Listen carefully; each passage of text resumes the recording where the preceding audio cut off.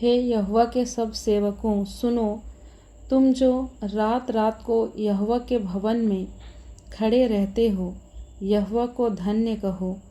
अपने हाथ पवित्र स्थान में उठाकर यहोवा को धन्य कहो। यहोवा जो आकाश और पृथ्वी का करता है, वह सिय्योन में से तुझे आशीष देवे। आइए हम आज की आराधना परमेश्वर पिता, परमेश्वर पुत्र और पवित्र आत्मा के नाम से प्रारंभ करते हैं। आमीन। आइए हम एक छोटी प्रार्थना कर लेंगे। हमारे महान सामर्थ्य अनुग्रहकारी पिता परमेश्वर, हम धन्यवाद देते हैं प्रभु जी, इस पूरे सप्ताह भर आपने हमें संभाले रखा और आज फिर से यह सुखद अवसर आपने प्रदान किया प्रभु जी कि आपके निकट हम आ सके। प्रभु, हम आपसे प्रार्थना करते हैं कि आत्मा और सच्चाई से हम आपकी आराधना कर सके। हमारे गीतों का गाया जाना, वचन का बीज बोया जाना, भेंटों का चढ़ाया जाना, प्रभु भोज की संगति करना, सब कुछ प्रभु आपको सुखदायक सुगंध के रूप में ग्रहण योग्य होने पाए। प्रभु जी, हम आपके उपकारों को पिता परमेश्वर भूलने ना पाए, परंतु निरंतर आपकी महिमा करने पाए। सो जितने प्रभु जी इस आराधना में सम्मिलित होते हैं, हर एक जन प्रभु आशीषित होने पाए। छोटी विनती प्रभु यीशु मसीह के नाम से मांगते हैं। आमीन।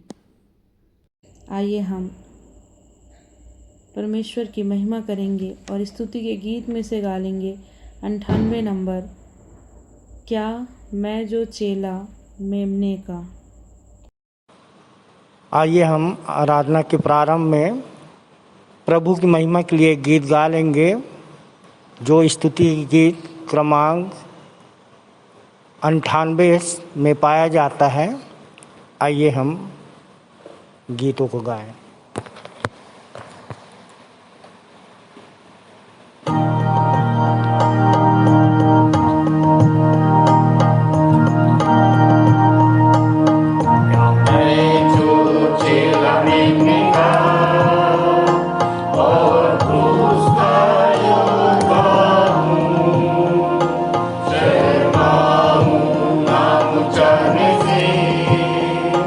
और सेवा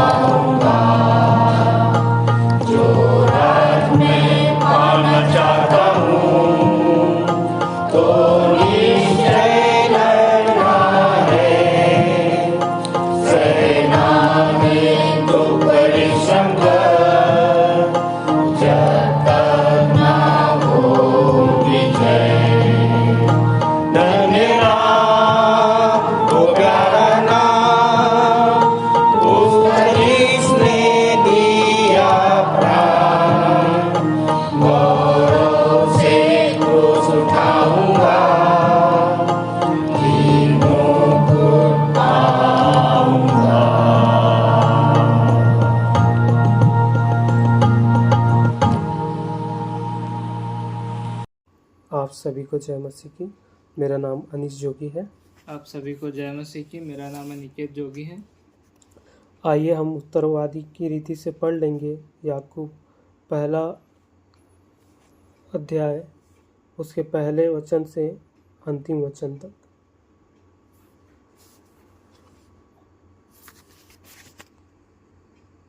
पहला पद मैं पढ़ूंगा, दूसरा पद आप भाई अनिकेत के साथ पढ़ लेंगे। परमेश्वर और प्रभु यीशु मसीह के दास याकूब का उन 12 गोत्रों को नमस्कार पहुँचे जो तितर बितर होकर रहते हैं। हे मेरे भाइयों, जब तुम विभिन्न परीक्षाओं का सामना करते हो तो इसे बड़े आनंद की बात समझो, यह जानते हुए कि तुम्हारे विश्वास के परखे जाने से धीरज उत्पन्न होता है। पर धीरज को अपना पूरा कार्य करने दो कि तुम पूर्ण तथा सिद्ध हो जाओ, जिससे कि तुम में किसी बात की कमी ना रहे। यदि तुम में से किसी को बुद्धि की कमी हो तो वह परमेश्वर से मांगे और उसे दी जाएगी, क्योंकि वह प्रत्येक को बिना उलाहना दिए उदारता से देता है। पर विश्वास से मांगे और तनिक भी संदेह ना करे, क्योंकि जो संदेह करता है वह समुद्र की लहर के समान है, जो हवा से उठती और उछलती है। ऐसा मनुष्य यह आशा न रखे कि उसे परमेश्वर से कुछ प्राप्त होगा, क्योंकि दुचित्ता होने के कारण वह अपनी सारी चाल में अस्थिर है। वरन दीन भाई अपने उच्च पद पर गर्व करे और धनी अपनी हीन दशा पर, क्योंकि वह घास के फूल की भांति समाप्त हो जाएगा। सूर्य उदय होते ही कड़ी धूप पड़ती है और घास को सुखा देती है, उसका फूल झड़ जाता है और उसकी सुंदरता जाती रहती है। इसी प्रकार धनी भी धन के लिए परिश्रम करते हुए धूल में मिल जाएगा। धन्य है वह मनुष्य जो परीक्षा में स्थिर रहता है, क्योंकि खरा निकलकर वह जीवन के उस मुकुट को प्राप्त करेगा जिसे प्रभु ने अपने प्रेम रखने वालों को देने की प्रतिज्ञा की है। कोई भी व्यक्ति परीक्षा के समय यह न कहे कि मेरी परीक्षा परमेश्वर की ओर से है, क्योंकि बुरी बातों से न तो परमेश्वर की परीक्षा की जा सकती है और न वह स्वयं किसी की परीक्षा करता है। परंतु प्रत्येक व्यक्ति अपनी ही अभिलाषा द्वारा खींचकर व फंसकर परीक्षा में पड़ता है। जब अभिलाषा गर्भवती होती है तो पाप को जनती है, और जब पाप हो जाता है तो मृत्यु को उत्पन्न करता है। मेरे प्रिय भाइयों, धोखा ना खाओ। प्रत्येक अच्छी वस्तु और हर एक उत्तम दान तो ऊपर से ही है और ज्योतियों के पिता की ओर से मिलता है, जो कभी बदलता नहीं और न छाया के समान परिवर्तनशील है। उसने अपनी ही इच्छा से सत्य के वचन के द्वारा हमें जन्म दिया, जिससे हम उसके सृजे गए प्राणियों में मानव प्रथम फल हों। हे मेरे प्रिय भाइयों, यह तो तुम जानते ही हो, अतः प्रत्येक व्यक्ति सुनने के लिए तत्पर, बोलने में धीरजवंत और क्रोध करने में धीमा हो, क्योंकि मनुष्य का क्रोध परमेश्वर की धार्मिकता का निर्वाह नहीं कर सकता। इसलिए सारी मलिनता तथा समस्त दुष्टता को दूर करके उस वचन को नम्रतापूर्वक ग्रहण कर लो जो तुम में बोया गया है और जो तुम्हारे प्राणों को बचा सकता है। परंतु अपने आप को वचन पर चलने वाले प्रमाणित करो, न कि केवल सुनने वाले जो स्वयं को धोखा देते हैं। यदि कोई मनुष्य वचन का सुनने वाला हो और उस पर चलने वाला ना हो, तो वह उस मनुष्य के समान है जो अपना प्राकृतिक मुख दर्पण में देखता है। जब वह अपने आप को देखकर चला जाता है तो तुरंत भूल जाता है कि मैं कैसा था। परंतु जो व्यक्ति स्वतंत्रता की सिद्ध व्यवस्था को लगन से देखता रहता है और उस पर बना रहता है, वह सुनकर भूल नहीं जाता वरन फलप्रद कार्य करता है, इसलिए वह आशीष पाएगा। यदि कोई अपने आप को भक्त समझे और अपनी जीभ पर लगाम न लगाए पर अपने हृदय को धोखा दे तो उसकी भक्ति व्यर्थ है। अंतिम वचन हम साथ में पढ़ लेंगे। हमारे परमेश्वर और पिता के निकट शुद्ध और निर्मल भक्ति यह है कि अनाथों और विधवाओं की व्यथा में उनकी सुधि ले और अपने आप को संसार से निष्कलंक रखे। परमेश्वर अपने वचन के पढ़े और सुने जाने पर हम सभी को आशीष दे। आइए हम विश्वास वचन बोलें। मैं सर्वशक्तिमान पिता पर स्वर्ग और पृथ्वी के सृजनहार परमेश्वर पर विश्वास रखता हूँ।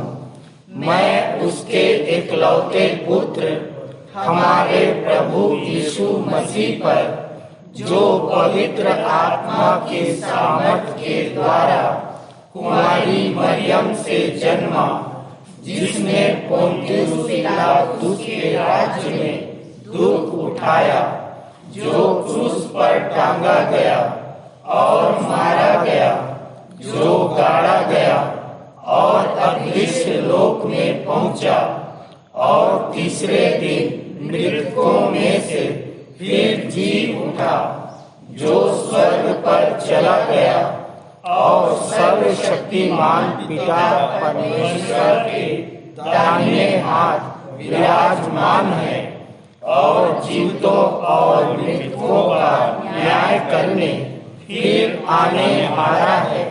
विश्वास रखता हूँ मैं पवित्र आत्मा पर, पवित्र सार्व कलीसिया पर, संतों की संगति पर, देह के पुनरुत्थान पर, पापों की क्षमा पर और अनंत जीवन पर विश्वास रखता हूँ। आमीन। नाना प्रकार की परीक्षाओं में निकासी और विपरीत स्थितियों में ढाढ़स देने वाले, आसमान के झरोखे खोलकर आशीष देने वाले परमेश्वर एक बार फिर से तेरे चरणों के नज़दीक आते हैं और धन्यवाद देते हैं कि विगत सप्ताह आपने हम सबको संभाल कर रखा और हमें यह अवसर प्रदान किया कि हम आज आपके इस विश्राम वार में प्रवेश कर सकें। धन्यवाद देते हैं प्रभु कि आपने हमें एक अद्भुत कलीसिया प्रदान की, जिसमें हम जाति जाति के और नए नए विश्वासियों के साथ आराधना करने पाते हैं। धन्यवाद देते हैं इस भारतवर्ष के लिए प्रभु, जिसमें हम बड़े ही अमन चैन से और अपनी धार्मिक स्वतंत्रता के साथ रहने पाते हैं। पिता, हमारे देश के सभी अगुवे, प्रधानमंत्री, राष्ट्रपति, मुख्यमंत्री, राज्यपाल तथा समस्त पदाधिकारियों को आप ज्ञान समझ बुद्धि की आत्मा दीजिएगा, ताकि वे हमारे देश और राज्य एवं समाज का संचालन सुचारू ढंग से कर सकें। प्रभु परमेश्वर, देश विदेश में जहाँ कहीं भी प्राकृतिक आपदा एवं संकट की स्थिति निर्मित हुई हो, आप उनकी सुधि लें और उनके कष्टों का निवारण करें। परमेश्वर, आज के समस्त वक्ताओं को जिन्हें संदेश देना हो, प्रभु भोज की ब्यारी संभालनी हो या मुख्य संदेश देना हो, सभी को आप अपने दर्शन और प्रकाशन से भर दीजिएगा, ताकि वो बोलने वाले वो नहीं, आपकी आत्मा उनमें से बोलने पाए। प्रभु परमेश्वर, आपसे प्रार्थना करते हैं कि आप हमारे संडे स्कूल, महिला सभा, चर्च काउंसिल, जवान सभा और समस्त अगुवे जैसे संचालक, सहसंचालक, सहसंचालिका, आचार्य, सहायक आचार्य, सहायक सहाचार्य और समस्त कार्यकारिणी सदस्यों को आपकी ओर से आशीष प्राप्त हो। आज संसार में जहाँ कहीं भी आराधना संचालित की जा रही हो, उनको आपके सामर्थी हाथ में सौंपते हैं और उन आराधनालयों में जो नए-नए विश्वासी जुड़े हैं या जो लोग पहली बार हमारे साथ आराधना कर रहे हों, उनको भी आपके सामर्थी हाथ में सौंपते हैं और समस्त कलीसिया के एक-एक जनों को आपके हाथ में सौंपते हुए, देह प्राण आत्मा आपके हाथ में सौंपते हुए और इस छोटी-सी विनती को प्रभु यीशु मसीह के पवित्र और मीठे नाम से माँगते हैं। आमीन। विशेष संदेश हम सह संचालक रेवरेंड श्री आशीष जलाल जी से सुन लेंगे। खुदावंद प्रभु यीशु मसीह के मधुर नाम में आप सबको जय मसीह की। मैं आशीष जलाल विश्वासी मंडली बिलासपुर से आप सब सुनने वालों का स्वागत करता हूँ। इससे पहले कि हम परमेश्वर का वचन में जाएं, मैं हम सब के लिए फिलिपियों की पत्री इसका पहला अध्याय आयत 9 और 10 पढ़ना चाहता हूँ। यहाँ पर परमेश्वर का वचन इस प्रकार से बयान करता है, मैं यह प्रार्थना करता हूँ कि तुम्हारा प्रेम ज्ञान और सब प्रकार के विवेक सहित और भी बढ़ता जाए, यहाँ तक कि तुम उत्तम से उत्तम बातों को प्रिय जानो और मसीह के दिन तक सच्चे बने रहो और ठोकर ना खाओ। खुदावन इन आयतों के द्वारा हम सबको बहुत आयत की आशीष दे। प्रिय अजीज़ों, इससे पहले कि हम परमेश्वर के वचन में आगे जाएं, मैं आपसे एक छोटा सा सवाल पूछना चाहता हूँ। क्या कभी ऐसा हुआ कि आपने किसी पर इतना भरोसा किया कि बाद में आपको पछताना पड़ा हो? या कभी किसी से इतनी मोहब्बत इतना प्रेम हो गया हो कि आपको सामने वाले की हर बात सही लगने लगे? अगर आपका जवाब हाँ है, तो आज का परमेश्वर का वचन आपके लिए है, मेरे लिए है, हम सब के लिए है। प्रिय अजीज़ों, मैं चाहता हूँ कि आप पौलुस के इन आयतों पर ध्यान दें। पौलुस यह बात किसी ऐसे लोगों से नहीं कह रहे थे जो उनसे प्रेम नहीं करते थे।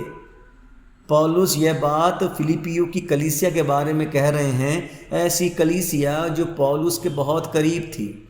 उन्होंने पौलुस की सेवकाई में उनका साथ दिया था, उनकी चिंता की थी, मुश्किल समय में उनके साथ खड़े रहे और पौलुस भी उनसे बहुत प्रेम करते थे।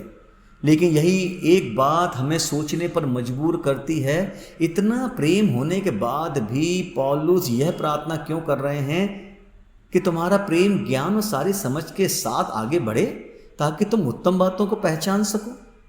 आखिर पौलुस ने यह प्रार्थना क्यों नहीं की कि खुदावन धन्यवाद, इनके प्रेम को और बढ़ाइए? प्रिय अजीज़ों, इसका मतलब साफ है कि पौलुस को उनके प्रेम के अंदर कुछ कमियां नज़र आ रही थीं, कुछ गलतियां नज़र आ रही थीं। और ये गलती थी कि उनके प्रेम के अंदर समझदारी नहीं थी, ज्ञान नहीं था। इस कारण वे उत्तम बातों को पहचान नहीं पा रहे थे। प्रिय अजीज़ों, पौलुस आपसे मुझसे कहना चाह रहे हैं कि केवल प्रेम करना ही काफ़ी नहीं है, प्रेम के साथ समझ भी चाहिए, परख भी चाहिए और परमेश्वर की बुद्धि भी चाहिए। हाँ, ये बहुत महत्वपूर्ण बात है, समझ और परख के साथ साथ परमेश्वर की बुद्धि। क्यों? क्योंकि अगर मोहब्बत के साथ, प्रेम के साथ समझ ना हो तो इंसान ऐसे फैसले कर बैठता है जिसका पछतावा उसे बहुत लंबे समय तक बना रहता है। मैं चाहता हूँ जरा अपने जीवन की ओर देखिए।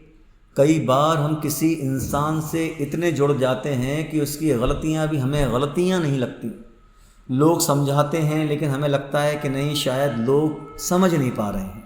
घर वाले कुछ कहें तो लगता है मेरे खिलाफ है, दोस्त सलाह दे तो उनकी बात बुरी लगती है, और बाद में वही रिश्ता, वही भरोसा, वही फैसला जिंदगी भर का नासूर बन जाता है, दर्द देता है, आंसू ही आंसू जिंदगी के अंदर आ जाते हैं। लेकिन खुदावन के लोगों, गलती प्रेम में नहीं है, गलती प्रेम करने में नहीं है। गलती वहाँ होती है जहाँ हम प्रेम करते करते अपनी समझ को खो बैठते हैं। यहाँ मैं एक बात साफ करना चाहता हूँ, यह संदेश केवल लड़का लड़की के रिश्ते के बारे में नहीं है। यह बात हर उस जगह पर लागू होती है जहाँ प्रेम है, फिर चाहे वो दोस्ती का रिश्ता ही क्यों ना हो। अगर दोस्ती समझदारी के साथ ना हो तो गलत संगति इंसान की पूरी ज़िंदगी बदल सकती है, ज़िंदगी तबाह और बर्बाद हो सकती है। परिवारों में भी अगर प्रेम के साथ विवेक ना हो तो कई बार हम गलत बात का भी साथ देने लगते हैं। इसकी वजह से हमारे परिवार के रिश्ते भी ख़त्म होने लगते हैं, टूट जाते हैं। कलीसियाओं में भी प्रेम होना चाहिए, लेकिन ऐसा प्रेम जो सत्य के साथ कभी समझौता ना करे। विश्वासियों के बीच भी प्रेम होना चाहिए, लेकिन ऐसा प्रेम जो एक दूसरे को परमेश्वर के और करीब लेकर आए, ना कि परमेश्वर से दूर कर दे। सेवकाई में भी प्रेम होना चाहिए, लेकिन सेवकाई केवल मानवीय भावनाओं से नहीं चलती, वह परमेश्वर की इच्छा से चलती है। इसीलिए पौलुस कहते हैं, सुनो, तुम्हारा प्रेम ज्ञान और सारी समझ के साथ आगे बढ़ना चाहिए। देखिए खुदावन के लोगों, नीति वचन उसके 4 अध्याय की 7वीं आयत कितनी प्यारी बात कहती है। लिखा है, बुद्धि श्रेष्ठ है, इसलिए उसकी प्राप्ति के लिए यत्न कर। जो कुछ तू प्राप्त करे उसे प्राप्त कर, परंतु समझ की प्राप्ति का यत्न घटने ना पाए। नीति वचन 3 अध्याय की 5वीं आयत इस प्रकार से बयान करती है, अपने संपूर्ण मन से यहोवा पर भरोसा रख और अपनी समझ का सहारा ना लेना। इसका मतलब यह नहीं कि परमेश्वर हमें समझ नहीं देना चाहते, नहीं, इसका मतलब यह है कि हमारी समझ हमेशा परमेश्वर की बुद्धि के अधीन रहे। यही तो आज का संदेश है। मोहब्बत का मतलब, प्रेम का मतलब अपनी समझ को खो देना नहीं है। अब आइए इन बातों को हम रूत के जीवन से समझने का, सीखने का प्रयास करते हैं। जब नयोमी के जीवन में सब कुछ बदल गया, तब रूत के सामने 2 रास्ते थे। एक रास्ता अपने घर वापस चली जाएं, दूसरा रास्ता नयोमी का साथ निभाएं।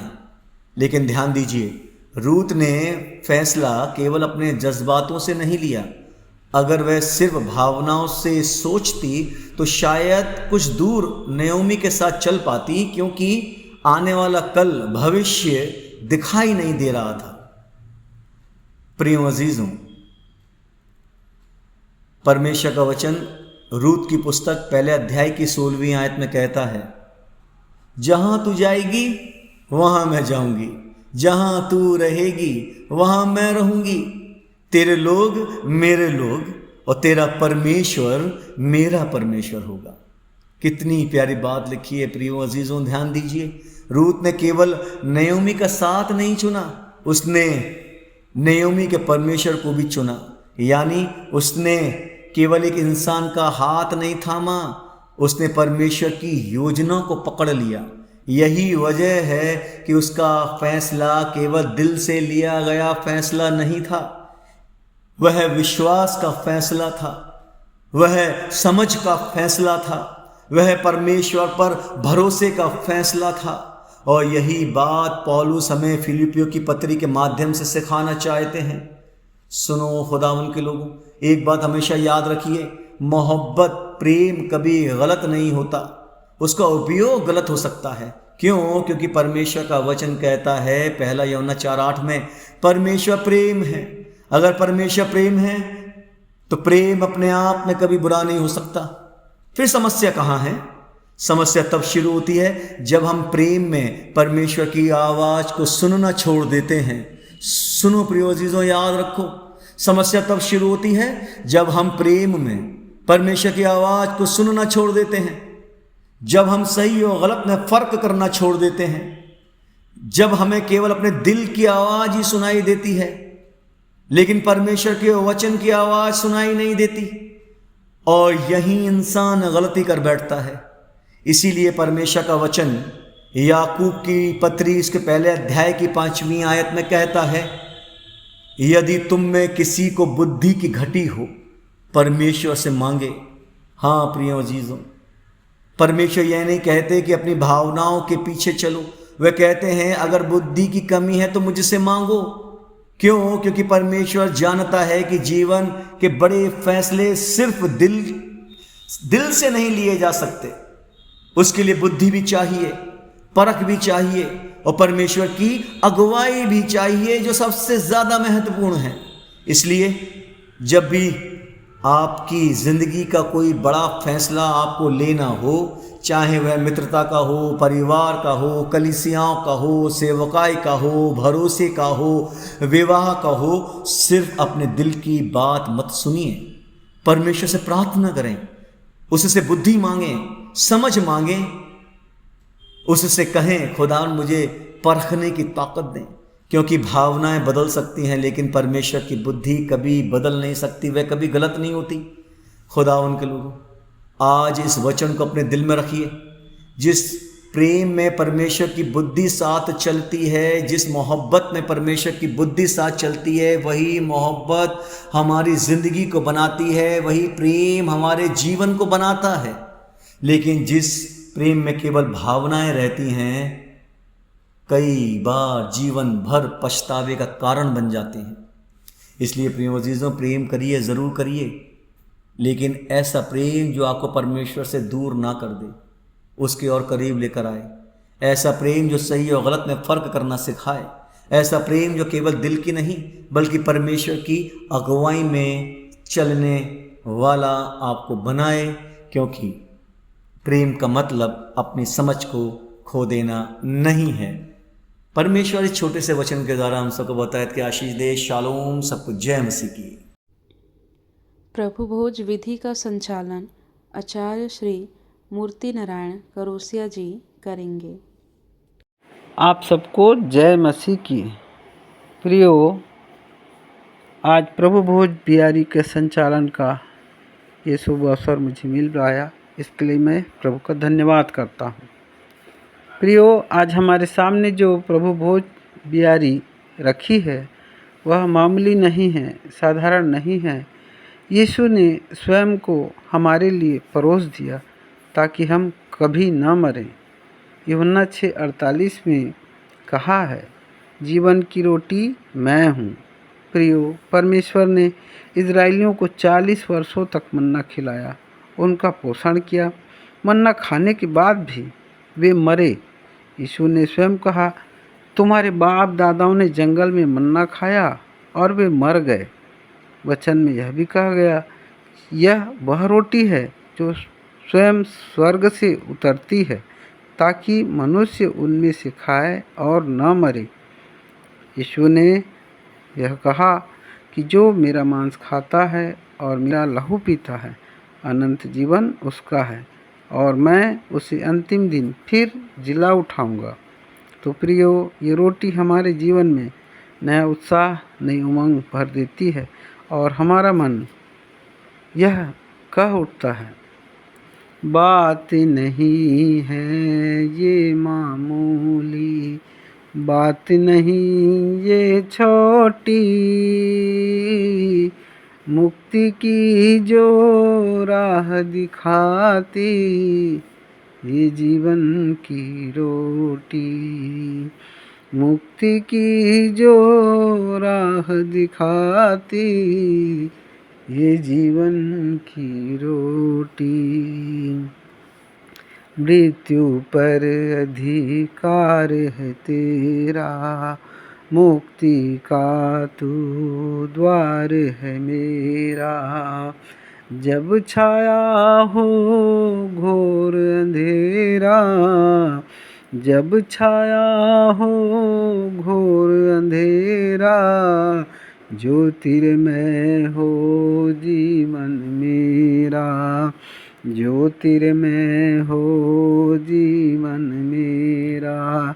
नव जीवन दे जाती हमको, नव जीवन दे जाती हमको, तेरी ये दाख रस रोटी।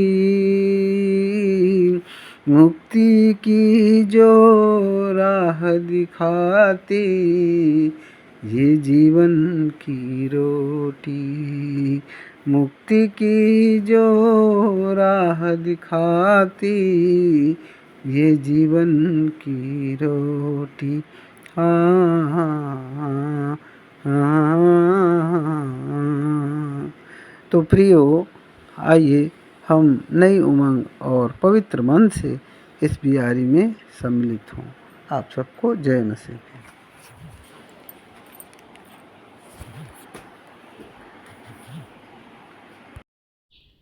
आइए हम अपनी अपनी भेंटों एवं धन्यवादी भेंटों को देने के द्वारा परमेश्वर की महिमा करेंगे। हम स्तुति के गीत में से 254 नंबर का गीत गाएंगे, बरकतों की रात आज हो जाए, और तत्पश्चात प्रार्थना करने में अगुवाई करेंगे भाई मनोज मरकाम। आइए हम सब परमेश्वर के सामने अपनी भेंट को अर्पित करें और इसके लिए हम गीत निकाल लेंगे स्तुति के गीत से, गीत का नंबर 254, बरकतों की बात आज हो जाए।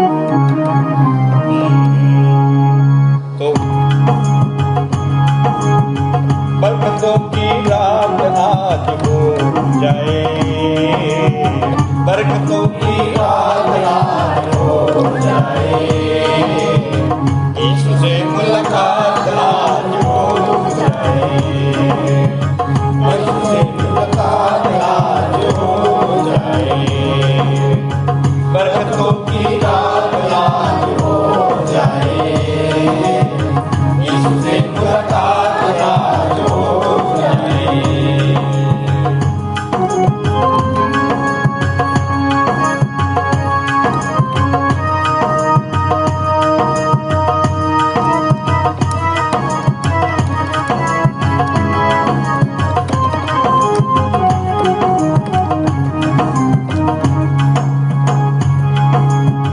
तौबा का ऐसा नजारा दोस्तों,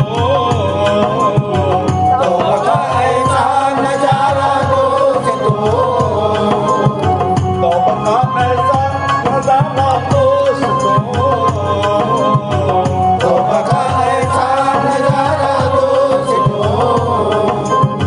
तौबा का ऐसा नजारा दोस्तों, आंसुओं के साथ आज हो जाए, आंसुओं के साथ आज हो जाए, यीशु से मुलाकात आज हो जाए, बरकतों की रात आज हो जाए, यीशु से मुलाकात आज हो जाए।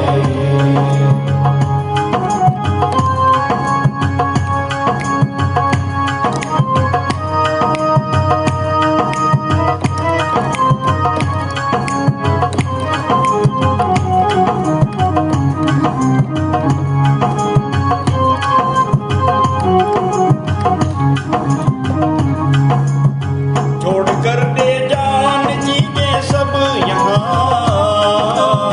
छोड़कर दे जान चीजें सब यहाँ, छोड़कर दे जान चीजें सब यहाँ, छोड़कर दे जान चीजें सब यहाँ, छोड़कर दे जान चीजें सब यहाँ,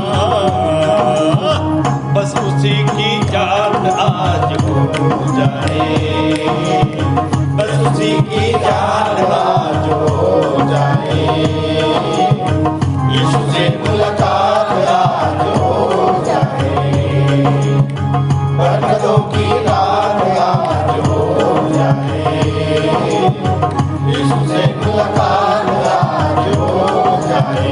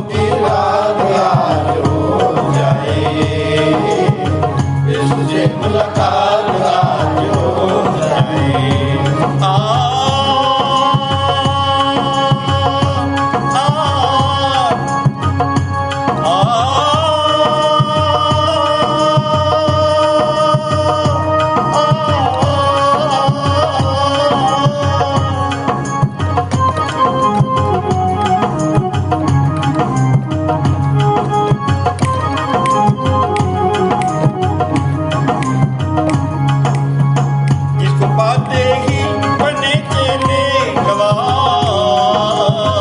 जिसको पाते ही बने चेले गवाह, जिसको पाते ही बने चेले गवाह, जिसको पाते ही बने चेले गवाह, जिसको पाते ही बने चेले गवाह।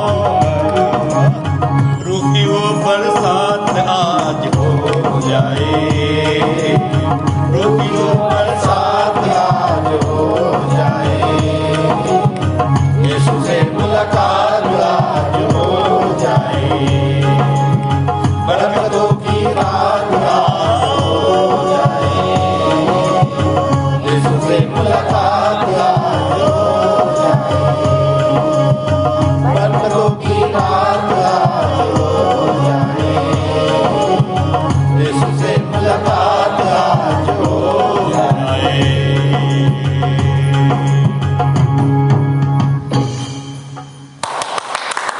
आप सबको जय मसीह की। मेरा नाम मनोज मरकाम है। आइए भेंट की प्रार्थना में जाएं। हाथों को जोड़ें, आंखों को बंद करें और अपना ध्यान परमेश्वर की ओर लगाएं।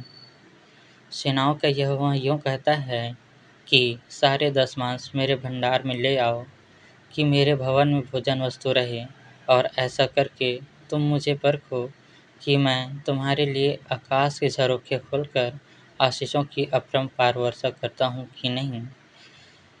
प्रभु जी, आप ही से प्राप्त समस्त आशीषों में से एक छोटा भाग भेंट स्वरूप आपके चरणों में लाए हैं। इसे बड़ी दया से ग्रहण करें और ये भेंटें आपकी महिमा के कार्यों में खर्च हो सकें। जो भाग हमने अपने घरों में रख छोड़ा है, उसे भी खर्च करने की समझ दे। जिन छोटे बड़े हाथों ने ये भेंटें चढ़ाई हैं, उनके आय के स्रोतों में, बाल बच्चों में एवं योजनाओं में आपकी आशीष होने पाए। और जिन्होंने विशेष भेंटें चढ़ाई हैं, चाहे शादी की सालगिरह हो, जन्मदिन हो, संतान प्राप्ति हो, वह विशेष कारणों से, तो उनके जीवन में यह स्वर्ण अवसर बार बार आने पाए। हम मौद्रिक मानसिकता से बच सकें और निर्बलता में सामर्थ्य की सिद्धि दिखा सकें। इससे बढ़कर हम अपने शरीरों को जीवित, पवित्र और परमेश्वर को भावता हुआ बलिदान करके चढ़ाने वाले हो सकें। हर एक बातों के लिए आपको धन्यवाद देते हैं और आगे की शेष आराधना को आपके सर्वसामर्थी दाहिने हाथों में देते हुए छोटी सी प्रार्थना प्रभु यीशु मसीह के पवित्र और मीठे नाम से मांगते हैं। आमीन। उत्तरवादी पाठ पर हम मुख्य संदेश सुन लेंगे हमारे संचालक जी से। प्रभु यीशु मसीह के मधुर और मीठे नाम में आप सबको जय मसीह की। परमेश्वर का धन्यवाद हो कि जीवन के इस मुकाम पड़ाव क्षण तक हम सब जीतों के बीच में पाए जाते हैं। स्वच्छंद मनोमस्तिष्क है और जिसके कारण से हम उसके वचन में से कुछ सीख सकते हैं और अपने इस जीवन को भी और अनंत जीवन को संवार सकते हैं।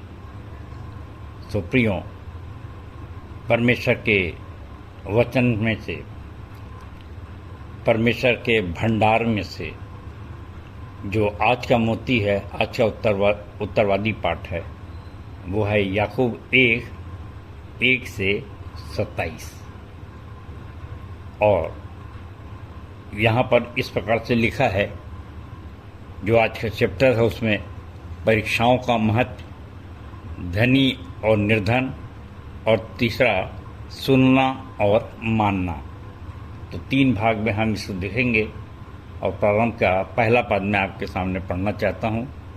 यहाँ इस प्रकार से लिखा है, परमेश्वर और प्रभु यीशु मसीह के दास याकूब का उन 12 गोत्रों को नमस्कार पहुँचे जो तितर बितर होकर रहते हैं। तो प्रियों, अक्सर ये होता है कि अपन पुराने नियम में भी सुनते हैं और यहाँ पर भी आ गया कि उन 12 गोत्रों को, याकूब का उन 12 गोत्रों को नमस्कार। तो ये याकूब है और याकूब के 12 गोत्रों को नमस्कार कह रहा है। तो ये याकूब 2 बार कैसे आ रहा है? और ये कैसे संभव है। मेरे नए विश्वासियों को बताना बहुत ज़रूरी है। मैं जब प्रारंभ में बाइबिल प्रारंभ किया तो कई बार ऐसा होता था कि भाई हाँ ठीक है, हम संदेश सुन रहे हैं और किसी से पूछते भी नहीं, जैसे हमको सब मालूम है, संकोच में।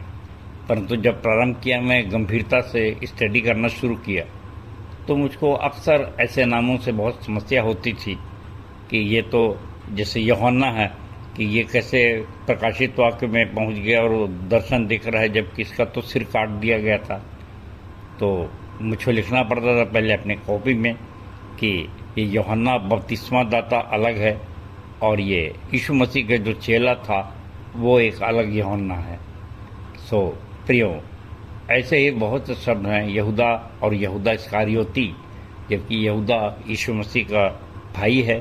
परंतु इस यहूदा इस्करियोती आप सब जानते हैं कि इसने 30 चांदी के सिक्कों से लेकर के यीशु मसीह को पकड़वा दिया था। ये बातों को बच्चों की तरह मैंने अपने कॉपी में लिखा और एक एक कदम धीरे धीरे पढ़कर आगे बढ़ने लगा।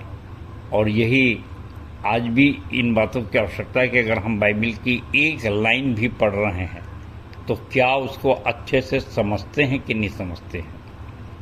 और मैंने एक बड़ी त्रासदी देखी है, ट्रेजेडी कहना चाहिए, कि सारे संसार को मैंने जब देखा कि भाई प्रेम, पाप, विश्वास, उद्धार, और ये ऐसे शब्द थे जिनके विषय में लोग चर्चा करते थे, बड़े बड़े संदेश देते थे। परंतु जब बात आई कि भाई संसार का प्रेम क्या है और मसीही प्रेम क्या है, बिब्लिकल प्रेम क्या है, और देखे कितनी बड़ी बात हो गई। तो ये होता है कि धर्मराज की खोज करने जब हम जाते हैं तो कैसी नई नई चीज़ें मिलती, पर हाँ बोझ के साथ बहुत शांति से हम इत्मीनान से गंभीरता से स्टडी करें और इस बात को छुपाएं नहीं, शर्माएं नहीं, प्रश्न करें। भले ही कई बार मैं बहुत हंसी का कारण बना कि जैसे पूरी बाइबिल पढ़ गया और ये भी एकदम स्टार्टिंग की बातें कहता है और पूछता है, तो कभी भी इस बात से संकोच ना करें। परंतु जहाँ भी भ्रम हो वहाँ पर अवश्य पूछें। और इसके बाद ही अगर हम बाइबिल के दूसरी लाइन को पढ़ते हैं, अगर एक लाइन को समझ लिए और दूसरी लाइन को जब हम समझते हैं और इस प्रकार से पूरी बाइबिल को समझते हैं तो फिर बहुत ही वो हमारे लिए लाभप्रद होता है और हमारे संदेश भी फिर प्रभावशाली होते हैं कि कम से कम हम जिसको पढ़ते हैं उसको समझते तो हैं। और नहीं तो ये बात बाइबिल में भी आई है, आपको स्मरण होगा प्रेरितों के काम 8 का 30वां पद, जहाँ पर 26 से यदि आगे आप पढ़ सकते हैं कि खोजा नाम एक कुछ देश का अधिकारी था और जो चला जा रहा था, तो फिलिप्पुस को आज्ञा मिली कि जाकर उसके साथ तू हो ले। और वो यशायाह की पुस्तक पढ़ रहा था और ये प्रश्न फिलिप्पुस ने खोजा से पूछा कि क्या जिससे तू पढ़ता है उसे समझता है प्रियो। और उसने भी कहा कि कोई समझाए ना तो फिर मैं कैसे समझूंगा। अब देखिए, यदि आप वचन के भूखे और प्यासे हैं और अगर जानना चाहते हैं तो मैं यही सोचा कि पहले मैं स्टडी कर लूं और कुछ सिद्धता प्राप्त कर लूं और इसके पश्चात किसी को भी तरसने नहीं दूंगा कि उसको जिज्ञासा है, बहुत से प्रश्न हैं और कोई बताने वाला नहीं। क्योंकि मैं जब इच्छुक हुआ तो बहुत से अपने प्राचीनों के पास जाता और उनसे समय मांगता और बहुत मुश्किल से मुझको समय मिलता था। और कई बार तो ऐसा था कि वे जानकार भी नहीं होते थे। सो मैं बहुत हताश, निराश हो जाता था, मैं सेटिस्फाइड नहीं हो पाता था, संतुष्ट नहीं हो पाता था। और आप समझ रहे हैं मेरी पीड़ा, मेरी व्याकुलता। परंतु कितनी अच्छी बात है कि बाइबिल ने लिखा है कि जो धन्य है धर्म के खोजी हैं। यानी मत्ती 5 और 6 देख लें, जहाँ इस प्रकार से लिखा है, धन्य है जो धर्म के, धार्मिकता के भूखे और प्यासे हैं, क्योंकि वे तृप्त किए जाएंगे। और मैं जैसे प्यासी हिरनी नदी के जल के लिए, वैसे ही परमेश्वर मैं तेरे लिए हाँफता हूँ, प्यासा हूँ। और कितनी अच्छी बात है कि यीशु मसीह ने भी क्रूस से कहा, मैं प्यासा हूँ।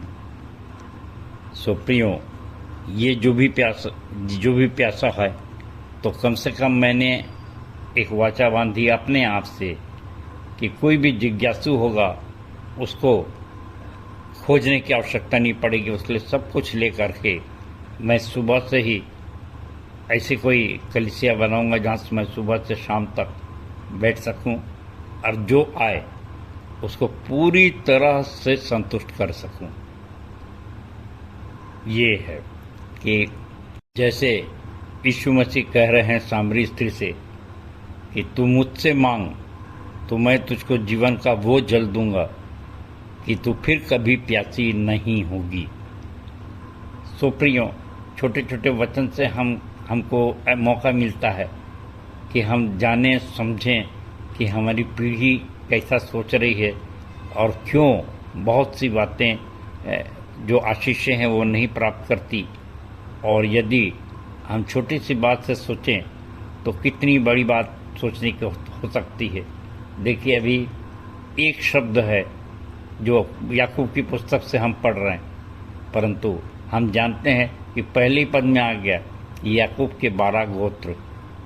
और इसका अगर वर्णन हम देखें तो ये जो तितर बितर हैं, तो बाइबिल में भी निर्गमन 1 से 4, गिनती 1 से 15 और 32-33 और पहला इतिहास 2:1-2, ये इस सब जगह वो पूरे उसके याकूब के गोत्रों का वर्णन है और उसके 12 बेटों का भी वर्णन है।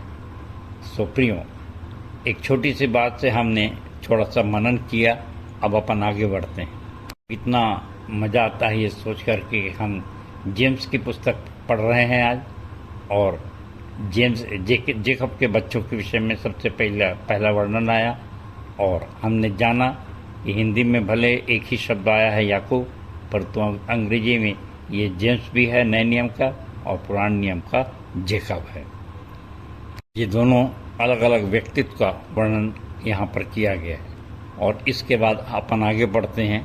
तो से हे मेरे भाइयों, जब तुम विभिन्न परीक्षाओं का सामना करते हो तो इसे बड़े आनंद की बात समझो, यह जानते हुए कि तुम्हारे विश्वास के परखे जाने से धीरज उत्पन्न होता है। पर धीरज को अपना पूरा कार्य करने दो कि तुम पूर्ण तथा सिद्ध हो जाओ, जिससे कि तुम में किसी बात की कमी न रहे। तो प्रियो, परमेश्वर अगर परीक्षा भेजता है हमारे सामने तो कितनी रचनात्मक बात होती है वो, और वो ये चाहता है कि मैं कुछ पुरस्कार दूं। और यहाँ पर हमको याकूब समझा रहा है, अपन पुराने नियम में जानते हैं कि जब समस्या आई, अय्यूब के पास परीक्षा में पड़ा, तो बाद में उसको कितना बड़ा पुरस्कार मिला।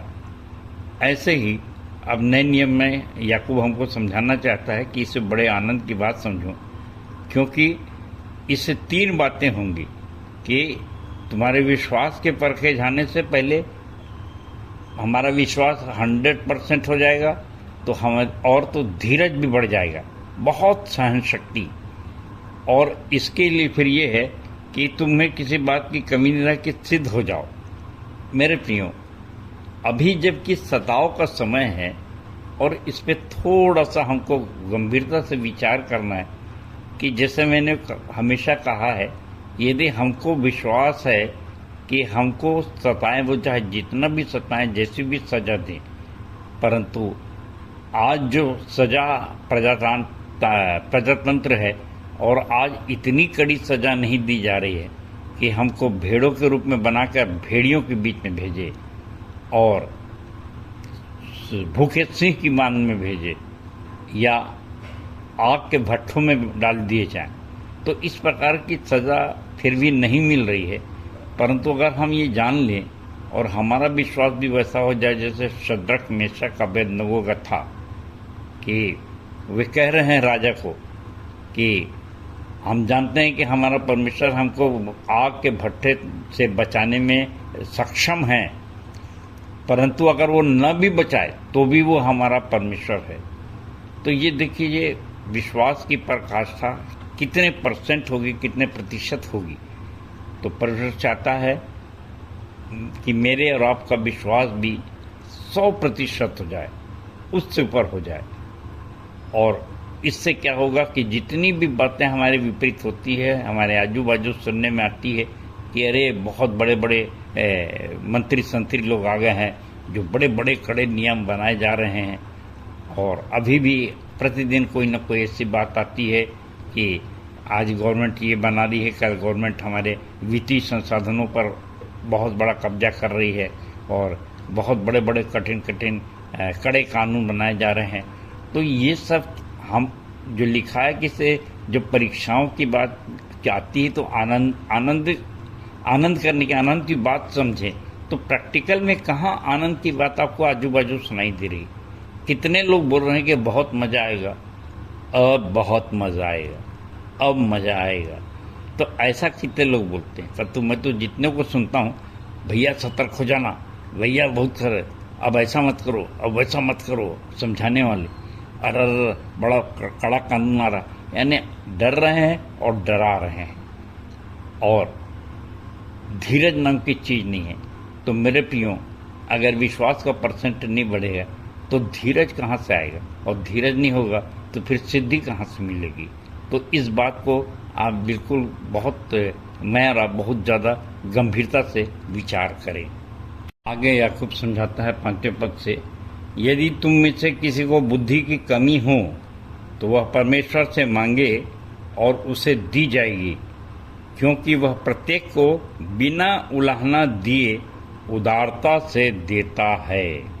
6वां पद, पर विश्वास से मांगे और तनिक भी संदेह न करे, क्योंकि जो संदेह करता है वह समुद्र की लहर के समान है जो हवा से उठती और उछलती है। ऐसा मनुष्य यह आशा न रखे कि उसे परमेश्वर से कुछ प्राप्त होगा, क्योंकि वो दुचित्ता होने के कारण वह अपनी सारी चाल में अस्थिर है। इसके आगे के संदेश के लिए हम दूसरे भाग में चल रहे हैं। संदेश के आइए चलते हैं। अब हम संदेश के दूसरे भाग में हैं और आज हम विचार कर रहे हैं याकूब 1:1 से 27 पर। और ये नए नियम की पुस्तक है और अभी हमने पढ़ा 5वां और 5 से 8 पद तक। और यहाँ हमने देखा कि याकूब इस बात को समझाना चाहता है कि कैसे हम सिद्ध बने। और बहुत सी बात ये है कि हमारे सामने जब परीक्षा आती है, दुख तकलीफें आती हैं, तो हमारी बुद्धि फेल हो जाती है, बुद्धि काम नहीं कर रही, दिमाग चकरा जाता है। तो ऐसे मनुष्य के लिए भी 5वें पद से कहता है कि बुद्धि की कमी हो तो परमेश्वर से मांगे और डरे मत, उलाहना नहीं देगा। अरे मूर्ख, तू इतना पढ़ा लिखा है और छोटी सी बात को नहीं समझ रहा। इस प्रकार की बातें नहीं होंगी। और जैसे मैंने पहले भाग में बताया कि मैं एक एक शब्द को मैं भ्रमित था, परंतु सबको लिखता चला गया कि ये कौन, एक एक नाम का अर्थ कहाँ पर कैसा आया है और यहाँ पर इसका क्या अर्थ है और यहाँ पर क्या अर्थ है। याकूब के बारे में भी जैसे हमने सीखा। और इसके बाद हम आगे बढ़ रहे हैं कि विश्वास से मांगे परमेश्वर से, तो निश्चित रूप से वो हमको देगा, उलाहना नहीं देगा, हमको तुच्छ नहीं जानेगा। और यदि हम ऐसा अक्सर ऐसे करते हैं कि भाई अगले के सामने पता मत चले कि मैं बहुत सीनियर हूँ, मैं बाइबल बिल्कुल नहीं जानता, तो प्रारंभ के ऐसे प्रश्न करने में अक्सर लोग हिचकते हैं। पर मैं जब प्रभु की वचन की स्टडी करने लग गया तो अपने बहुत से सीनियर लोगों के पास गया और मैंने पूछा कि मसीही प्रेम की परिभाषा बताइए। और वे बड़े पढ़े लिखे थे, बड़े अच्छे वक्ता थे, परंतु उन्होंने बड़े गंभीरता से मेरी बातों को लिया और कभी मुझको डांटा नहीं, परमेश्वर का धन्यवाद हो। परंतु पक्के बाल वाले, उनकी उम्र के मैं आधी उम्र का था, तब भी उन्होंने बड़े इज्जत से मुझको बोला, बेटा तुम्हारे मन में जो ये प्रश्न उठते हैं ये बहुत ही अच्छे सिम्टम हैं, बहुत अच्छे लक्षण हैं, आगे चल के तुम प्रभु का बड़ा काम करोगे। तो इस प्रकार से पर हम लोग ने कभी इस बात का ध्यान नहीं दिया था, परंतु मैंने कहा अंकल ये देखिए तो मैं तो कुछ लिखा हूँ, अब इसमें कैसा लगता है, तो मुझको बहुत ही अप्रिशिएट किए और बहुत ही मैं आनंदित हुआ। सो प्रियो, पहले उसके धर्मराज की खोज करो तो बाकी के सब वस्तुएं मिलेंगी। तो ये सब मत्ती क्षेत्र से कितनी बार लोगों ने पढ़ा होगा, और यहाँ पर भी याकूब यही समझाना चाह रहा है कि भाई जिसको कमी है वो मांग ले, मांग के पूछने से भले हमको कोई कहे कि भाई तुम इतने पढ़े लिखे हो और शर्मिंदा मत हो, परंतु यहाँ पर कितनी अच्छी बात है कि वचन कहता है कि बिना उलाहना दिए उदारता से देता है। ऐसा हमारा प्रेमी परमेश्वर है, ऐसा हमारे पास पवित्र आत्मा है। प्रियों, सावधान हो जाइए, यदि हम शर्मिंदा हो रहे हैं, संकोच कर रहे हैं या फिर बोझ के साथ नहीं जा रहे हैं, तो एक बात याद रखिए, यहाँ पर वचन बहुत 7वें और 8वें पद में वार्निंग दे रहा है याकूब, ऐसा मनुष्य यह ना आशा ना रखे कि उसे परमेश्वर से कुछ प्राप्त होगा, क्योंकि दुचित्ता होने के कारण वह अपनी सारी चाल में अस्थिर है। कितने ऐसे उदाहरण हैं बाइबिल के, और मैं यहाँ पर भी कहना चाहता हूँ क्योंकि आगे 9वें पद से हम पढ़ेंगे धनी और निर्धन। पहले हमने देखा परीक्षाओं का महत्व, और इसके बाद धनी और निर्धन पे आएंगे, और मैं इसको एक साथ ले रहा हूँ कि 9वां पद है, वरन दीन भाई अपने उच्च पद पर गर्व करे और धनी अपनी हीन दशा पर, क्योंकि वह घास के फूल की भांति समाप्त हो जाएगा। तो ऐसा मनुष्य परमेश्वर से कुछ आशा न रखे और वो दुचित्ता है। और इस दुचित्तापन के विषय में मैं आपको बताऊं कि ये भी हमारे रिसर्च का विषय है। सब जानते हैं, हमन गाना गावन पुस्तक हमारे 2 नंबर का चैप्टर यही है, और उसको बड़े विस्तार से यहाँ पर लिखा गया है कि भाई पाप क्या है। और इसमें ये दुचित्ता मनुष्य मतलब सीधा सीधा वो पापी है। और कितने अच्छे अच्छे पद इसमें लिखे गए हैं कि भजन संहिता 119 113 कि मुझको परमेश्वर कहता है मुझको दुचित्तों से घृणा है। सो प्रियो, क्या आप चाहते हैं कि मेरे और आपसे परमेश्वर घृणा करे या हम ये पाप करें? क्योंकि पाप की बहुत ढेर सारी बातें मैं बचपन से सुनता आया, चोरी न करना, वही निर्गमन 20 की बातें, व्यभिचार न करना, चोरी न करना, लालच मत करना, ऐसी कितनी आज्ञाएं हैं, परंतु ये किसी ने नहीं बताया। और आज भी आप लोग संदेश सुनते हैं, ऐसे संदेश सुनते रहते हैं। कभी देखिए कि क्या ये चर्चा होती है कि दुचित्तापन पाप है। पाप क्या है? तो दुचित्तापन। तो ये हम बाइबिल की खोज और अभी भी आपके सामने है कि आप जिस संदेश को सुन रहे हैं वो क्यों प्रभावशाली है और कितनी दूर तक आपको ले जाएगा। जबकि आज के संसार के झंझावतों में बहुत से लोग डरे और घबराए हुए हैं, परीक्षाओं से डरते हैं।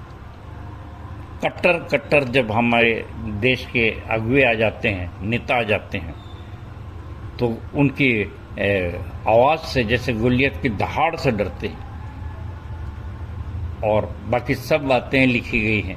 कोई ये नहीं कहता ना द्वेष, ना क्रोध, ना जुलूस, ना नारा। ये कौन कहता है? और इस आनंद की बात कौन समझता है? सो प्रियो, यही है दुचित्तापन। और असली जो दुचित्तापन लाता है वो है धन। और इसलिए यहाँ पर याकूब ने फिर समझाना चाहा है, दीन भाई अपने उच्च पद पर गर्व करे। और अपन जानते हैं कि धन्य है जो मन के दीन है, क्योंकि स्वर्ग का राज उन्हीं का है। 9 धन्य में से पहले ही धन। तो इस बात का गर्व करके हम परमेश्वर के राज में जीने वाले लोग हैं, अगर आप दीन हैं तो। के समय इसके विपरीत लोग धनी होना चाहते हैं। सुबह से शाम तक एक चिंता रहती है कि थोड़ा सा पैसा और मिल जाता तो मैं ये कर लेता, वो कर लेता। और यह इसीलिए याकूब यहाँ समझा रहा, धनी अपनी हीन दशा पर क्योंकि वह घास के फूल की भांति समाप्त हो जाएगा। सूर्य उदय होते ही कड़ी धूप पड़ती है और घास को सुखा देती है, उसका फूल झड़ जाता है और उसकी सुंदरता जाती रहती है। इसी प्रकार धनी भी धन के लिए परिश्रम करते हुए धूल में मिल जाएगा। धन्य है वह जो परीक्षा में स्थिर रहता है, क्योंकि वह खरा निकलकर जीवन के उस मुकुट को प्राप्त करेगा जिसे प्रभु ने अपने प्रेम रखने वालों को देने की प्रतिज्ञा की है। इस दुचित्त के संबंध में और धनी जो दुचित्तापन लाता है उसके संबंध में बहुत अच्छा प्रकाशित वाक्य में यूहन्ना ने समझाया है। और ये देख लीजिए प्रकाशित वाक्य 3:17 से आप जानते हैं, पर मैं कुछ पढ़ रहा हूँ। तू कहता है कि मैं धनवान हूँ और धनी हो गया हूँ और मुझे किसी वस्तु की आवश्यकता नहीं, पर तू नहीं जानता कि तू अभागा, तुच्छ, दरिद्र, अंधा और नंगा है। प्रियो, पूरा धन के विषय में लिखा है, पर समय बचाने के लिए मैं कम ही पढ़ा हूँ। और आज ये भी सुनिश्चित करना बहुत आवश्यक है कि मैं अपने लिए कहूँ कि कहीं ऐसा तो नहीं कि मैं ज़्यादा जोड़ लिया और धनी हो गया हूँ, और ये भी नहीं कि मैं बहुत गरीब हो जाऊँ कि मुझको हाथ फैलाना पड़े। और इसके लिए भी बहुत हम आपस में चर्चा किए हैं कि कितने में हम धनी हो जाते हैं और कितने में हम नहीं होते। क्यों? क्योंकि आप सब चीज़ जानते हैं कि सब संतुलन होता है या फिर एक रीडिंग है। हमारा ब्लड प्रेशर भी नापा जाता है, बहुत कम ना हो जाए और बहुत ज़्यादा मत हो जाए। हमारे शरीर की गर्मी भी, ज़्यादा गर्मी हो जाए तो बुखार हो जाएगा, अब बहुत ठंडे हो गए तो फिर ठंडे ही हो जाएंगे, मर जाएंगे। तो ये सारी चीज़ें हैं। अब इसकी रीडिंग कहाँ से हो कि हम कैसे ज़्यादा धनी तो नहीं हो गए, और क्या तराजू में हम अपने आप को रोज़ रोज़ तौलते रहें? पर हाँ प्रियो, तौलने की आवश्यकता है। प्रियो, इस संबंध में भी बहुत लंबी चौड़ी मीटिंग मेरी अपने विद्वान भाइयों बहनों से के साथ मिलके करनी पड़ी, और मैं धन्यवाद देता हूँ जिन्होंने अपना कीमती समय दिया और इसके पक्ष विपक्ष में चर्चा किया, और तब जा कर के एक चैप्टर हमारा तैयार हुआ। और ये हमन गना गवन के 19 नंबर पे है, और उस पर आप बड़ी डिटेल देख सकते हैं कि और उसका जो भावार्थ है वहाँ ये लिखा है। सारांश में कह रहा हूँ, धन साधन है, साध्य नहीं। और इस बात को ध्यान रखें कि अगर हम उसको साधन बना लेते हैं तो फिर साध्य बना लेते हैं तो फिर बहुत गड़बड़ होता है। साधन को साधन रहने दीजिए, संतुलन बनाए रखें। और इसके लिए मैं नीति वचन 30:8 का 9 वचन बहुत अच्छा लिखा है, न तो निर्धन कर, न मुझे धनी बना। कहीं ऐसा ना हो कि मैं कि पेट भरने पर मैं परमेश्वर का इनकार करूं या चोरी करूं। प्रभु की प्रार्थना में भी हम कहते हैं, हमें हमारे प्रतिदिन की रोटी आज हमें दे। सो प्रियो, संबंध में बहुत से वचन तो हमने पढ़ा है, जानते हैं। यीशु मसीह को भी कहना पड़ा जब उसके पास धनी आया था और वो उदास वहाँ से गया, परंतु मैंने बताया जक्कई भी आया, और जक्कई अपना जिसका एक लिया था उसको 4 दे दिया, तो जक्कई खुश हो गया पर धनी उदास हो गया। और यीशु मसीह को कहना पड़ा कि ऊँट के सुई के नाके से ऊँट का निकलना संभव है, परंतु धनी का कठिन है। सो हमारी क्या स्थिति है कि हम धन को साधन ही समझें, साध्य न समझें। 13वें पद में यहाँ पर याकूब समझाना चाहता है, कोई भी व्यक्ति परीक्षा के समय यह न कहे कि मेरी परीक्षा परमेश्वर की ओर से है, क्योंकि बुरी बातों से न तो परमेश्वर की परीक्षा की जा सकती है और न वह स्वयं किसी की परीक्षा करता है, परंतु प्रत्येक व्यक्ति अपनी ही अभिलाषा द्वारा खींचकर वह फंसकर परीक्षा में पड़ता है। और जब अभिलाषा गर्भवती होती है तो पाप को जनती है, और जब पाप हो जाता है तो मृत्यु को उत्पन्न करता है। यहाँ पर 16वें पद में याकूब हमको अलर्ट करता है, समझाना चाहता है, प्रियो धोखा ना खाओ, क्योंकि अच्छी वस्तु हर एक उत्तम दान जो ऊपर ही से है और ज्योतियों के पिता की ओर से मिलता है, जो कभी बदलता नहीं और न छाया के समान परिवर्तनशील है। उसने अपनी ही इच्छा से सत्य के वचन के द्वारा हमें जन्म दिया, जिससे हम उसके सृजे हुए प्राणियों में मानो प्रथम फल हों। प्रियो, बहुत ही मज़ेदार ये वचन है और बहुत विस्तार से आप सोच सकते हैं, परंतु मैं इसको बहुत लंबा नहीं बोलूँगा। पर प्रश्न है कि हम प्रथम फल कैसे कहला सकते हैं। तो यदि एक ट्रस्ट लिखने का मेरे को मौका मिल गया गुरुमन, तो इस प्रकार से सफलतापूर्वक लिखे जाने का एक बार किसी ने मुझको बताया था कि कोई इंटरनेशनल कोई कंसर्ट हुआ था, बहुत कोई पत्रिका निकली थी, तो किसी पासवान ने कहा था कि आपका जो पर्चा है ये वर्ल्ड लेवल पे 2nd नंबर का है, 2 नंबर का। और फिर उसके बाद खबर आई कि नहीं, फलानी पत्रिका के सर्वे में ये प्रथम आया है।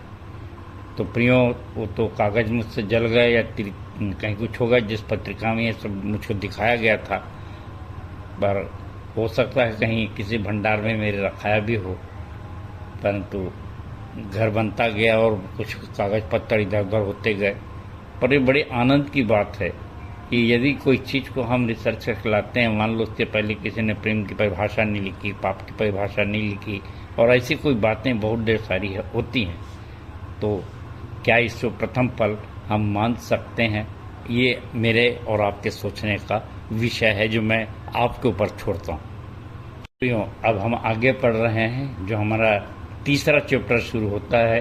पहला परीक्षाओं का महत्व था, दूसरा धनी और निर्धन के संबंध में था, और तीसरा 19वें पद से है सुनना और करना।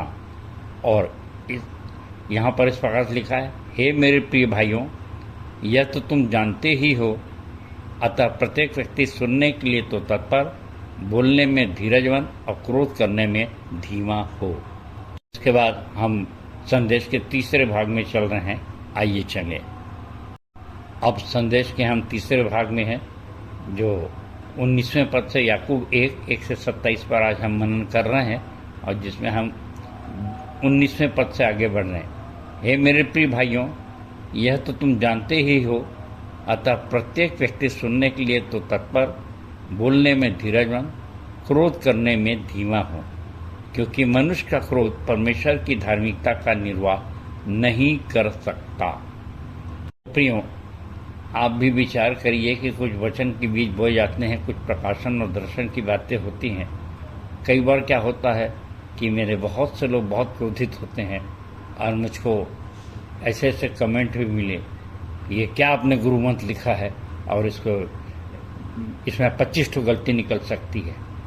तो धीरज से सब सहना पड़ता है, और इसलिए यहाँ पर वो समझाने की कोशिश कर रहा है कि इसलिए सारी मलिनता, 21वां पद, इसलिए सारी मलिनता तथा समस्त दुष्टता को दूर करके उस वचन को नम्रता पूर्वक ग्रहण कर लो, जो तुम में बोया गया है, जो तुम्हारे प्राणों को बचा सकता है।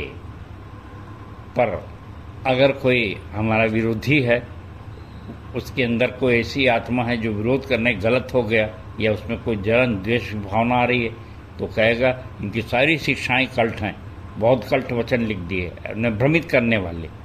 तो हमको हर परिस्थिति को बहुत धीरज से सुनना समझना है। आपको भी ये हो सकता है आपके विचारों में मेरे विचारों में कुछ अंतर हो, परंतु ये है कि जो वचन बोया गया है उस पर जितना तर्क करना है कर लीजिए, पूछना पूछ लीजिए, परंतु ये है याकूब समझा रहा, उसे नम्रता पूर्वक जो बोया गया है उसे ग्रहण कर लो। और 22वां पद, परंतु अपने आप को वचन पर चलने वाले प्रमाणित करो, न कि केवल सुनने वाले जो स्वयं को धोखा देते हैं। यदि कोई मनुष्य वचन का सुनने वाला हो और उस पर चलने वाला न हो, तो वह उस मनुष्य के समान है जो अपना प्रकृति मुख दर्पण में देखता है। जब वह अपने आप को देखकर चला जाता है तो वह तुरंत भूल जाता है कि वह कैसा था, परंतु जो व्यक्ति स्वतंत्रता की सिद्ध व्यवस्था को लगन से देखता रहता है और उस पर बना रहता है, वह सुनकर भूल नहीं जाता वरन फलप्रद कार्य करता है, इसलिए वह आशीष पाएगा। तो प्रियो, कितना अच्छा लिखा है कि जो भी शिक्षा दी गई है, सिद्ध व्यवस्था अगर आपके पास है तो फलप्रद कार्य करता है। तो यहाँ पर यीशु मसीह ने पहले कह दिया कि मेरे पिता की इच्छा इससे पूरी होती है कि तुम बहुत सा फल लाओ, और ये फल अगर कोई देख कर भी विश्वास नहीं करता है और उल्टी सीधी बातें करता है तो उसमें क्रोधित होने की आवश्यकता नहीं है, उसके लिए प्रार्थना करिए। और हमारे लिए ये है कि अगर हम फलप्रद कार्य कर रहे हैं तो निश्चित रूप से आशीष पाएंगे। और आखिरी बात जो समझाना चाहता है 26 और 27वें पद में याकूब, वो ये है कि भाई हम कैसे भक्त हैं या नहीं हैं। यदि कोई अपने आप को भक्त समझे और अपनी जीभ पर लगाम न लगाए पर अपने हृदय को धोखा दे तो उसकी भक्ति व्यर्थ है। हमारे परमेश्वर पिता के निकट शुद्ध और निर्मल भक्ति यह है कि अनाथों और विधवाओं की व्यथा में उनकी सुधि लें और अपने आप को संसार से निष्कलंक रखें। तो प्रियो, एक बात को व्यक्तिगत रूप से बहुत अच्छे से जान लीजिए कि यदि आपका प्रकाशन दर्शन फलप्रद है तो फल ही है जो सबसे बड़ा उसका प्रमाण है, और यदि उसको कोई झुठलाता है तो उसके विचलित ना हो और न उस पर नाराज हो। और कोई कहता है आप अपने को भक्त समझते हैं, तो हो सकता है वो अपने आप को ज़्यादा भक्त समझता हो। तो इसलिए हमारे लिए बहुत अच्छी बात लिखा है कि परमेश्वर पिता के निकट शुद्ध और निर्मल भक्ति यह है कि अनाथों और विधवाओं की व्यथा में उसकी सुधि लें, कंगालों को सुसमाचार सुनाएं, ये जोड़ लीजिए, और अपने आप को संसार से निष्कलंक रखें, क्योंकि जैसे रोमियो 12:1-2 में लिखा, इस संसार के सदृश न बने जिससे तुम्हारी बुद्धि के नए हो जाने से तुम्हारे चाल चलन भी बदलते जाएं, जिससे तुम परमेश्वर की भली भावती और सिद्ध इच्छा को अनुभव से मालूम करो। तो और किसी कहने से और बोलने से के चक्कर मत है, आप स्वयं अनुभव करिए। कोई मानता है तो बहुत अच्छा है, और कोई नहीं मानता तो और भी बहुत अच्छा है, क्योंकि आपने जो संदेश यहाँ पे रखा है, जैसे पौलुस ने लिखा कि मैं प्रमाणों के साथ सब बातें रखता हूँ। इसे पौलुस ने 1 कुरिन्थियों 2 पद में कहा कि मेरा संदेश, मेरा प्रचार ज्ञान के लुभाने वाले शब्दों में नहीं था, परंतु आत्मा और सामर्थ के प्रमाण में था। सो आपके पास भी प्रमाण है, आत्मा और सामर्थ्य का सबसे बड़ी चीज़ है जो यीशु मसीह देखना चाहते हैं, वो फलप्रद। और यहाँ पर याकूब ने भी कहा कि आपका प्रचार जो है वो फलप्रद हो जाएगा। प्रियो, यहाँ पर मैं ये कहना चाहूँगा अंत में कि यदि आप उसके धर्मराज की खोज कर रहे हैं और कुछ नई चीज़ों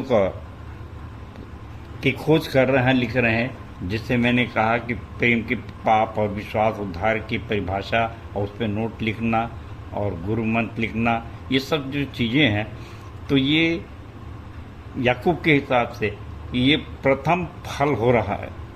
हम कैसे हो सकते हैं, ये प्रथम फल हम कैसे बन सकते हैं? तो ये है कि अगर आप ऐसा कर रहे हैं तो भले ही कोई कितनी भी आलोचना कर रहे हैं, लेकिन आप अपने फलों से उसको दिखा सकते हैं। और इसलिए दुचित्ता मत में बिल्कुल जिंदा दिली के साथ प्रचार करें, और अपने ऊपर और अपने जो रिजल्ट है, आपके पास जो प्रूफ है, प्रमाण है, उसको उस पर आप विश्वास करें। और ऐसी अभिलाषा जो पाप को जन्म देती है और दुचित्ता बनाती है, हरगिज ना करें, परंतु बहुत सी आत्मा जीत कर अनंत जीवन की अभिलाषा करें। परमेश्वर अपने वचन के कहे जाने पर आशीष दे। सबको जय मसीह की, जय मसीह की और जय मसीह की। धन्यवाद। उत्तरवादी पाठ पर सुंदर, सारगर्भित एवं व्यवहारिक संदेश के लिए हमारे मंदिर के संचालक संचालक जी एवं उनके पूरे परिवार को प्रभु बहुतायत की आशीष दे। हम अपनी आराधना के अंतिम भाग में हैं और स्तुति के गीत में से गा लेंगे 261 रहता जीवन जो मिट्टी का। और अंतिम प्रार्थना करने में अगुवाई करेंगी श्रीमती गुड्डी श्रीवास्तव और संचालक जी की आशीष से आज की सभा का समापन करेंगे।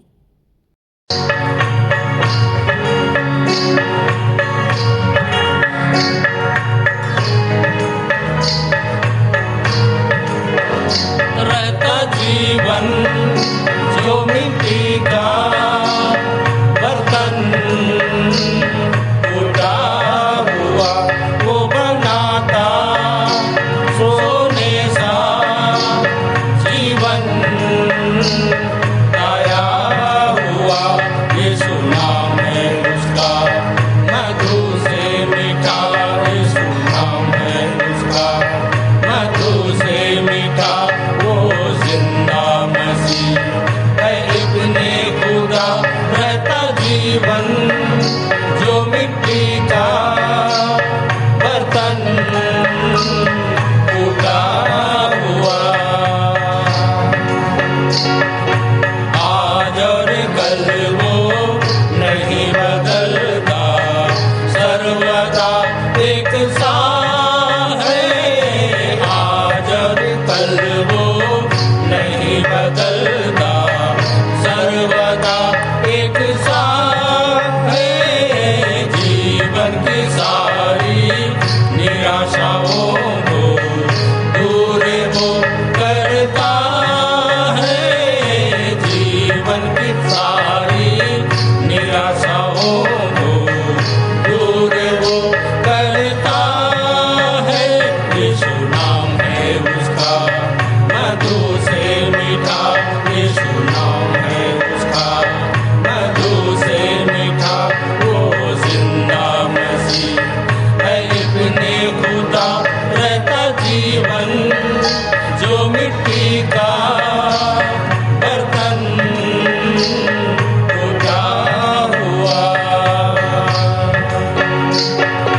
सागर से भी गहरा प्यार मसीह का अंत नहीं उसका है सागर से भी गहरा प्यार मसीह का अंत नहीं उसका है जीवन मृत्यु आंधी आई दूर वो करता है जीवन मृत्यु आंधी आई दूर वो करता है यीशु नाम है उसका मधु से मीठा यीशु नाम है उसका मधु से मीठा वो जिंदा मसीह है इब्ने खुदा रहता जीवन जो मिट्टी का बर्तन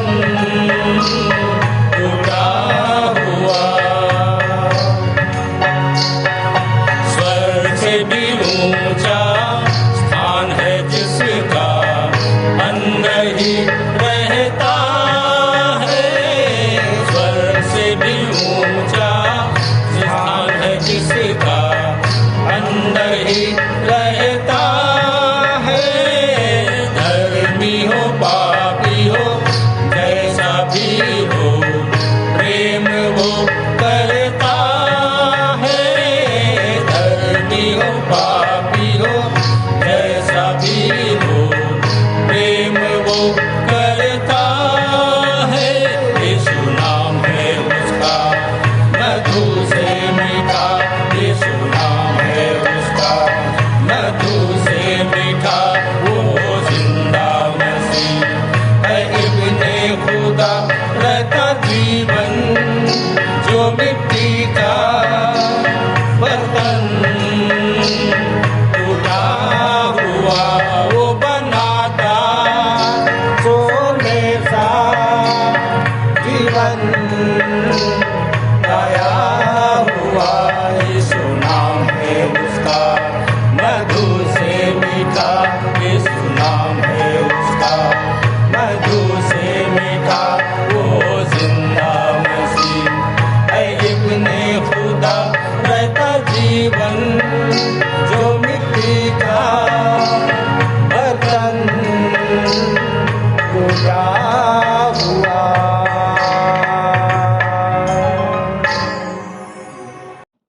सबको जय मसीह की। मेरा नाम श्रीमती गुड्डी श्रीवास्तव है। आइए हम आज की रविवारी आराधना की अंतिम प्रार्थना में जाएं। अपनी आंखों को बंद करें, हाथों को जोड़ें व अपना ध्यान परमपिता परमेश्वर की ओर लगाएं। महान सामर्थी, कृपालु, दयालु, सर्वशक्तिमान प्रेमी पिता परमेश्वर बड़े ही धन्यवाद के साथ आपके चरणों के नज़दीक आते हैं और धन्यवाद देते हैं कि आज की आराधना में आरंभ से लेकर अंत तक आपने हमारी सहायता की और हमारा अभिवादन स्वीकार कर पूरी आराधना में आप उपस्थित रहे, जिसकी अनुभूति हम करने पाए। आज के मुख्य संदेश से हमने सीखी कि जब हम विभिन्न परीक्षाओं में पढ़ते हैं तो हमारा विश्वास बढ़ता है और विश्वास से धीरज बढ़ता है, जो हमें सिद्धता की ओर ले जाता है। आज यहाँ जितने लोग उपस्थित हैं और अपनी मनोकामना आपके सम्मुख रखे हैं, चाहे चंगाई की, चाहे शैतानी शक्ति से छुटकारे की, नौकरी लगने की या किसी भी प्रकार की समस्या के समाधान की, आप उनकी मुरादों को पूरा कीजिएगा। यहाँ पर उपस्थित हर एक जन पर आपकी अद्भुत आशीष व अनुग्रह को चाहते हैं। पिता परमेश्वर, आने वाले सप्ताह को आपके हाथों में सौंपते हैं। सप्ताह भर हमें संभाले रखिएगा और हमारे हर एक कार्यों में अगुवाई कीजिएगा तथा हर प्रकार के शैतान के फंदे से बचा कर रखिएगा, ताकि हम फिर से इस स्थान पर तेरे अनुग्रह से स्तुति महिमा करने आ सके। सारा आदर, गौरव व महिमा आपको देते हुए इस छोटी सी प्रार्थना को हमारे एकमात्र जीवित उद्धारकर्ता प्रभु यीशु मसीह के पवित्र और मीठे नाम से मांग लेते हैं। आमीन।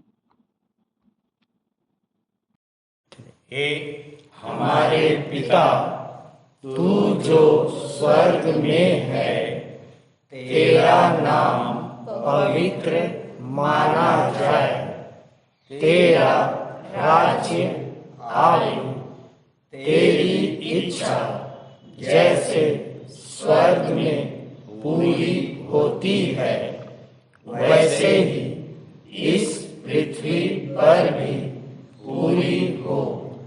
हमारे दिन भर की रोटी आज हमें दे, और जैसे हमने अपने अपराधियों को क्षमा किया है, वैसे ही तू भी हमारे अपराधों को क्षमा कर और हमें परीक्षा में ना डाल, परंतु बुराई से बचा, क्योंकि राज्य, पराक्रम और महिमा सदा तेरे ही है। आमीन।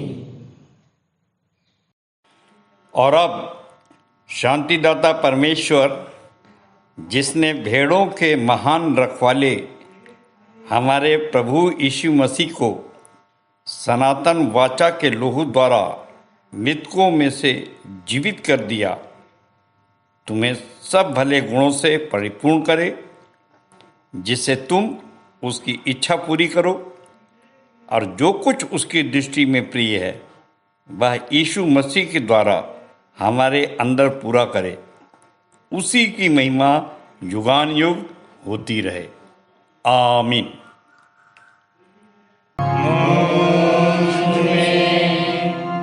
यीशु की शोभा दिखाई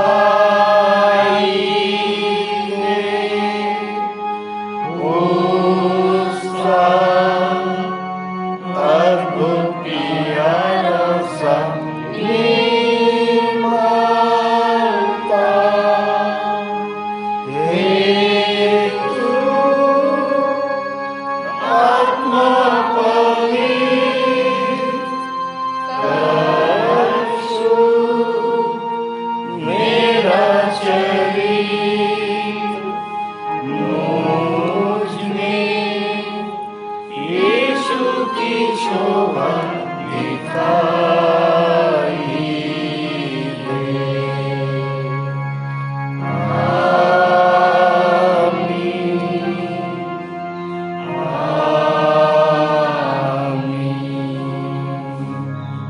सबको जय मसीह की। जय मसीह की।